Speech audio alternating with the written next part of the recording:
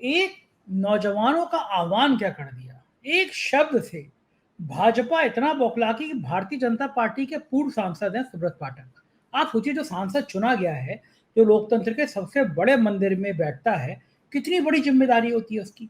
कह रहे हैं कि जिस नौजवान पीढ़ी का, जिस जैन जी का आह्वान कर रहे हैं, नेपाल जैसी क्रांति हो गई तो लोग राहुल गांधी का घर जला देंगे, अखिलेश यादव का घर जला देंगे। आप, नेपाल के नाम से इतनी कपकपी चढ़ रही है। और राहुल गांधी ने तो कहा कि हम स्टूडेंट्स का, देखिए, नौजवानों का, छात्रों का। राहुल गांधी ने जो जेंजी वाला जो ट्वीट पोस्ट किया है, मैंने उसके ऊपर भाजपा वालों की प्रतिक्रियाएं देखी हैं। वो प्रतिक्रियाएं किस्म किस्म की हैं।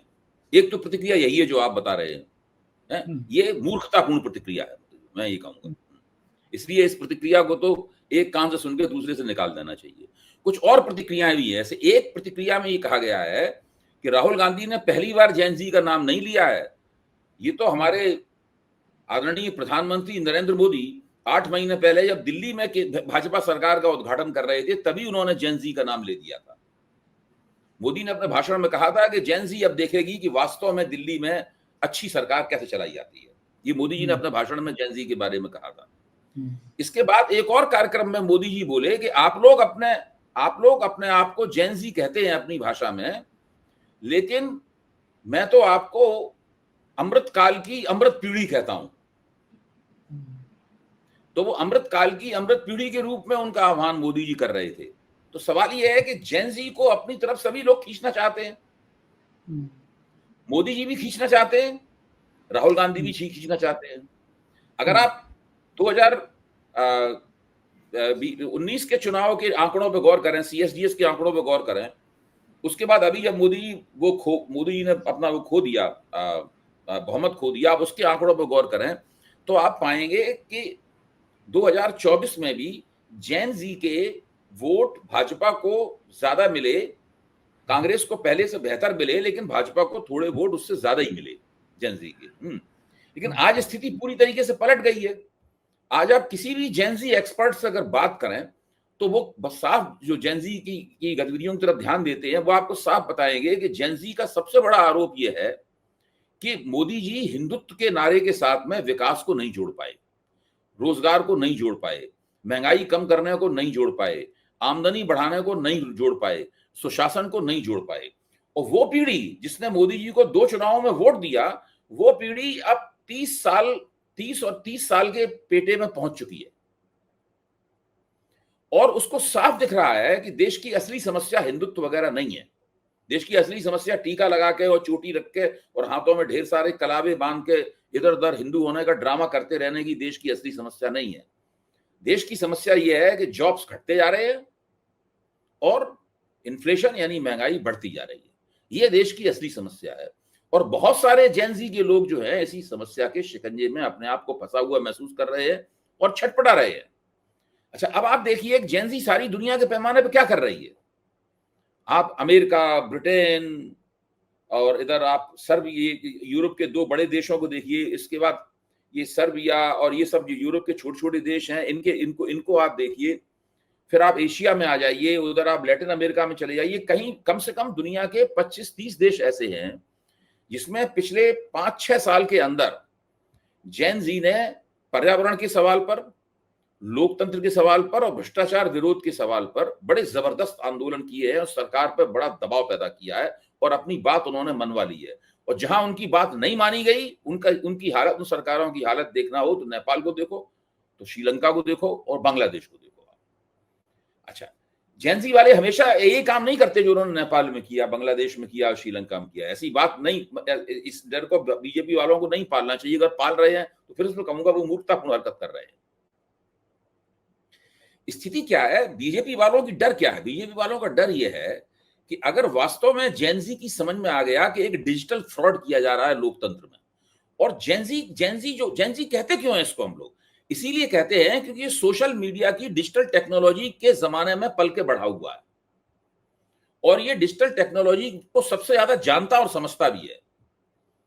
नेपाल में जो विस्फोट हुआ वो उनके जो सोशल मीडिया से उनके ताल्लुकात थे, उन ताल्लुकातों को ही तो प्रतिबंधित कर दिया था उन्होंने। तो राहुल गांधी ने जो बात कही अभी कल इंदिरा भवन के मंच पे बात कही अपनी दूसरी प्रेस कॉन्फ्रेंस में, वो सबसे ज्यादा जिन लोगों ने समझी वो जेन-ज़ी के लोग हैं। और 1 करोड़ लोगों ने तो उस प्रेस कॉन्फ्रेंस को देखा, 1 करोड़ लोगों ने। अब सारे सोशल मीडिया को सबको 2-2 लाख 3-3 लाख सबको व्यूअरशिप मिली, इन सबको आप जोड़ दिया जाए तो मेरा मानना है करीब 10 करोड़ लोगों ने इस प्रेस कॉन्फ्रेंस को देखा। और इन 10 करोड़ लोगों में जो बहुमत है वो जेन-ज़ी का बहुमत है। इसको राहुल गांधी ने समझा, इसीलिए राहुल गांधी ने पहले तो प्रेस कॉन्फ्रेंस में तो युवा युवा कह रहे थे, वो यूथ कह रहे थे, युवा कह रहे थे, फिर बाद में उनको लगा कि हमें जेन-ज़ी पे फोकस करना चाहिए, उन्होंने जेन-ज़ी पे फोकस किया और तूफान आ गया। इसलिए कि जेन-ज़ी पे फोकस करने से आप एक खास किस्म की मानसिकता पे फोकस करते हैं, एक खास किस्म के कि ऐसे युवाओं की आत्म पहचान को अपनी ओर आकर्षित करते हैं जिनको मोदी जी आकर्षित करना नहीं जानते हैं। जिनको मोदी जी आकर्षित करना, मोदी जी इस प्रकार की बातें कर रहे हैं कि तो आप तो अमृत काल की अमृत पीढ़ी है। अब अमृत काल एक ऐसा शब्द है, इसमें हिंदुस्तान में हर बंदा या तो हंसता है या गुस्से में आ जाता है अमृत काल सुन के। उसकी समझ ही नहीं आता ये क्या है अमृत काल। ये मोदी जी की जो एक गुलाबी तस्वीर बनाने की जो नाटकबाजी है, इस नाटकबाजी पे अब कोई यकीन नहीं करता। आप सड़क पे चले जाइए, आप 100 लोगों को रैंडमली चुनिए, औचक चैन से 100 लोगों को चुनिए, उनसे पूछिए भाई अमृत काल क्या है। मेरी गारंटी है कि 1 या 2 से ज्यादा नहीं बता पाएगा कोई अमृत काल क्या है। ये सब जो जो जो खरीदा हुआ गोदी मीडिया है, बिका हुआ गोदी मीडिया है, उसी में चलता है अमृत काल। वो मोदी जी के भाषणों में अमृत काल चलता है और मोदी जी के चमचों के लेक्चरों में अमृत काल चलता है, और कोई अमृत काल कहीं नहीं चलता है। जेन-ज़ी के लोगों को अमृत काल से कोई मतलब नहीं है। बिल्कुल ठीक बात है। उधर जो है हताश बीजेपी, सैम पित्रोदा ने कहा कि पाकिस्तान मुझे घर जैसा लगता है, अच्छा व्यवहार करता है, तो बीजेपी आक्रामक हो गई कि अब तो उस समय यूपीए के टाइम के जितने सीक्रेट थे वो आउट हो गए होंगे। मैंने पूछा अपने बीजेपी के एक मित्र से कि हवाई जहाज लेकर क्या मनमोहन सिंह उतरे थे पाकिस्तान में, राजीव गांधी उतरे थे? आप नवाज शरीफ का बर्थडे कहने जा सकते हैं, गिफ्ट ले जा सकते हैं, आप दोस्ताना मैच खेल सकते हैं, ऑपरेशन सिंदूर के बाद दुबई में मैच खेल सकते हैं। तो ये मतलब जब आप करें तो बहुत अच्छा, और कोई दूसरा व्यक्ति कर दे तो फिर वो गुनाहगार। पाकिस्तान के बिना काम नहीं चलता इनका। देखिए, जिस वक्त मोदी जी 2014 में सत्ता में आए थे तो देश में मोदी जी का अपना समर्थन आधार, भाजपा का समर्थन आधार, राष्ट्रीय स्वयंसेवक संघ के लोग, इन लोगों में एक खास तरह का जोश और उत्साह था। तो वो मोदी जी को अपना नेता मानते थे और मोदी जी जो कह देते थे और मोदी जी के समर्थन में जो बात कही जाती थी उस पर लोग बिना दिमाग खपाए उस पर यकीन कर लेते थे। ये बात कम से कम 3-4 साल चली, यहां तक के लोगों ने नोटबंदी जैसे घटिया और नुकसानदेह कदम को भी मोटे तौर पर कबूल कर लिया। मोदी जी ने जो पट्टी पढ़ाई, लोगों ने वो पट्टी पढ़ ली। मोदी जी ने कहा देखिए हमने अमीरों को भी लाइन में खड़ा कर दिया, बहुत लोग खुश हुए इस बात। अच्छा, ये सब हो गया। उसके बाद जब 2019 का चुनाव होने की बात आई, उस वक्त भारतीय जनता पार्टी काफी क्राइसिस में थी और कांग्रेस ने राज्यों के कुछ बहुत बेहतरीन 3 चुनाव जीत लिए थे। राहुल गांधी अध्यक्ष थे। गुजरात में भी भाजपा चुनाव हारते हारते बची थी। ये हालत, इस हालत में भाजपा पहुंच गई थी। लेकिन मोदी जी की किस्मत से छींका फूट गया और वो बालाकोट स्ट्राइक की वजह से मोदी जी वो चुनाव भी जीत गए, वरना उसी वक्त ये लोग वहां पहुंच जाते जो वहां भी 2024 में पहुंचे। इसलिए मोदी जी के पराभव में थोड़ी सी देर हुई, वरना एंटी इनकम्बेंसी इनके 2019 के चुनाव से पहले ही शुरू हो गई थी। और आप देखिए कि पूरे 2019 से लेकर 2024 तक का जो अवधि है, इस अवधि में लगातार इनके खिलाफ एंटी इनकम्बेंसी बढ़ती गई। वरना अचानक लोकसभा चुनाव से पहले कैसे प्रकट हो जाती? कोई आसमान से तो ना पानी बरस गया, पानी गिर गया, ओले गिर गए, एंटी इनकम्बेंसी ऐसी तो ना होती है। एंटी इनकम्बेंसी परत दर परत जमा होती है। अब मोदी जी कुछ भी कहते रहे, कुछ भी करते रहे, इससे अब कुछ भी नहीं होता है। इनकी वो कहते रहे कौन वो पाकिस्तान का है, ये वो है, इनकी बात कौन सुनता है? जिन चैनलों के ऊपर ये सब लोग जो बोलते हैं उनकी टीआरपी की हालत क्या है? टीआरपी भी के आंकड़े भी फर्जी होते हैं, उनके जो फर्जी भी है उनकी भी क्या स्थिति है? कोई उन लोगों के ऊपर विश्वास नहीं करता, कुछ नहीं। देखिए, अब ये वक्त बिल्कुल बदल चुका है। मैं तो इन बातों पे मैं बिल्कुल नहीं मानता कि बीजेपी के अंदर अपने पक्ष में कोई नैरेटिव चलाने की क्षमता भी रह गई है। ये जो भी नैरेटिव चलाते हैं, जो भी कहानी सुनाते हैं लोगों को, लोग सुन लेते हैं उसको। जैसे कोई आदमी उन्नीदे भाव से बैठा हुआ है, कोई आदमी उसके सामने हाँक रहा है तमाम, तो वो शायद कौन इसके साथ दिमाग खपाए, इसको हाँकने दो। इस किस्म का रिश्ता हो गया है वोटर से और नरेंद्र मोदी का। हाँ, ये चीज़ें तो दिन पर दिन खराब हो रही है, लेकिन एक सवाल लोग अभी भी पूछ रहे हैं कि राहुल गांधी ये खुलासे कर रहे हैं। एक-एक घर में साढ़े 4,500 वोटर निकल रहे हैं, महोबा के घर का मामला है। कहीं 450-500 लोग छोटे से 1 रूम फ्लैट में निकल रहे हैं। यानी देश में अब ये बात तो साफ हो गई कि वोट के नाम पर, वोटिंग लिस्ट के नाम पर एक बहुत बड़ा धोखा है देश में। ये बात तो बिल्कुल अब चर्चा का विषय बन गई। कश्मीर से कन्याकुमारी तक हर जिले में शायद ही कोई जिला होगा जिसमें ये चर्चा ना हो कि भैया वोट चोरी होती है, वोट आप चोरी से बिल्कुल खेल। ठीक कह रहे हैं। आज योगेंद्र यादव ने एक और खुलासा किया है, उसका यहाँ पे मैं समझता हूँ कि 4 PM के दर्शकों से उसका साझा कर लेना जरूरी है। योगेंद्र जी ने कहा है कि बिहार में एक-एक पते के ऊपर 200-200 वोटों के इतने ज्यादा घर हैं, इतने ज्यादा वोटर हैं कि वो करीब 1,60,00,000 वोटर हैं इस तरह के, जो एक पते पे कुछ पतों के ऊपर मौजूद है।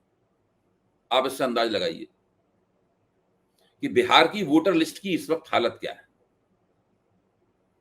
मुझे तो बहुत आश्चर्य होता है, बहुत आश्चर्य होता है कि ये जो चुनाव आयुक्त हैं, आखिरकार किस आधार पे इतना ज्यादा ऐंठ रहे हैं, इतना ज्यादा अकड़ रहे हैं। इनको तो चाहिए कि सार्वजनिक रूप से आके अपनी गलती मान लें और कहें कि अब हम बड़ी ईमानदारी के साथ वोटर लिस्ट बनाएंगे, ये एसआईआर कुछ नहीं है, ये करेंगे भी हम तो ठीक ठाक तरीके से करेंगे। और ये एक तरह से उन्हें चाहिए कि विपक्ष के साथ दोस्ती कर लें, वरना जो राहुल गांधी का कहना है ना कि हम आपको छोड़ेंगे नहीं भले ही आप रिटायर हो जाएं, ये सब लोग अपने पैरों पे कुल्हाड़ी मार रहे हैं। जैसे जैसे लोकसभा चुनाव नजदीक आता जाएगा, इन सब अफसरों को लगता जाएगा कि इन्होंने अपने पैरों पे कुल्हाड़ी मारी है। मोदी जी की चाटुकारिता करने के चक्कर में, भाजपा का एजेंडा लागू करने के चक्कर में इन लोगों ने अपने पैरों पे कुल्हाड़ी मारी। अबे जी, एक बड़ा सवाल मेरे भी कभी-कभी ज़हन में आता है कि राहुल गांधी ने तो अपना काम कर दिया। उन्होंने साबित कर दिया कि देश के सामने कि भैया देखो ये रहे प्रमाण, ये रहे सबूत कि कोई आदमी कैसे सुबह 4 बजे उठा, उसका मूड खराब है, चलो 2 वोट काट देता हूँ, कटवा दिया उसने। इसका देश के आम जनमानस में क्या केवल सिर्फ गुस्सा होकर रह जाएगा कि अरे क्या करा जाए, सिस्टम ही बेकार है, इन आएंगे तो यही, या फिर कोई नहीं, जेपी की तरह, कोई अन्ना की तरह कोई बड़ा आंदोलन खड़ा होगा? देखिए, आएंगे तो यही, ये तो अब चलता ही नहीं है, वो तो बहुत पुरानी बात हो गई। ये तो बीजेपी द्वारा उड़ाया गया वितंडा है, इसका कोई अर्थ मतलब नहीं है, इसका कोई असर भी नहीं है, कोई इसके ऊपर यकीन भी नहीं करता। ये बीजेपी वाले खूब कहते रहे, इससे कोई फर्क नहीं पड़ने वाला है। मेरा कहना है कि राहुल गांधी ने अभी 2 बार प्रेस कॉन्फ्रेंस की है और 2 बार ये सबूत पेश किए हैं। अभी उनके पास 3.25 साल का समय है। ये बात मैंने कल भी आपके कार्यक्रम में कही थी। मैं ये मानता हूं राहुल गांधी को 2 बार नहीं, 20 बार, 25 बार, 30 बार इस तरह के सबूत पेश करने होंगे और बार बार एक हथौड़े की चोट लगातार चट्टान पर मारनी होगी, ताकि लोगों के दिमाग में ये बात बैठ जाए कि ये जो हो रहा है देश में, 2014 के बाद जितने भी चुनाव बीजेपी ने जीते हैं, सभी जीतें संदिग्ध हैं। और आगे भी अगर कभी ये जीत जाते हैं, इसका मतलब ये है कि संदिग्ध उपायों से ही चुनाव जीते हैं। ये जो उन्होंने अभी एक छोटी सी प्रेस कॉन्फ्रेंस की, इसको वो हाइड्रोजन बम नहीं बोल रहे थे, और उसमें उन्होंने जिस तरह बताया कि पिछली बार जो हमने बताया था आपको कि ये वोट जोड़े गए हैं, और इस बार ये एक ही है गुट, एक ही मशीनरी है लोगों की, जिसने वो काम भी किया था, उसी ने ये काम किया है और ये पहले से चली आ रही है। कभी ये कामयाब होती है। देखिए, इसकी चालाकी है, इसको लोगों के सामने स्पष्ट करना होगा। भाई ये एक ठग है, वो 50 लोगों पे, वो अपने 5-10 साल के कैरियर में 50 लोगों के ऊपर अपना फंदा जाल फेंकता है। उसमें से 7-8 लोग ऐसे भी हो सकते हैं जो उसके जाल में ना फंसे। कुछ लोग ऐसे भी हो सकते हैं जो पूरे पैसे ना लुटाएं, अपने थोड़े पैसे बचा लें, एन मौके पे उनको चेतना आ जाए, और बाकी ज्यादातर ऐसे होंगे जिनके सारे पैसे लुट जाएंगे ठग के। तो ये तो वोटों की ठगी हो रही है, राज सत्ता की ठगी हो रही है, चुनावों की ठगी हो रही है। तो इस ठगी में कई बार बीजेपी ठगी करने के बावजूद चुनाव जीत जाती है। इसीलिए राहुल गांधी ने बड़ा स्पष्ट किया कि भाई जिस अलंद नामक जगह के बारे में वो बता रहे हैं, उस जगह में तो कांग्रेस ही जीती थी ना। तो वो ये बताना चाहते हैं कि कांग्रेस के जीतने या बीजेपी के हारने का सवाल नहीं है। ना कांग्रेस के हारने और बीजेपी के जीतने का सवाल है। सवाल यह है कि जो भी चुनाव नतीजा है वो निष्पक्ष और स्वतंत्र होना चाहिए।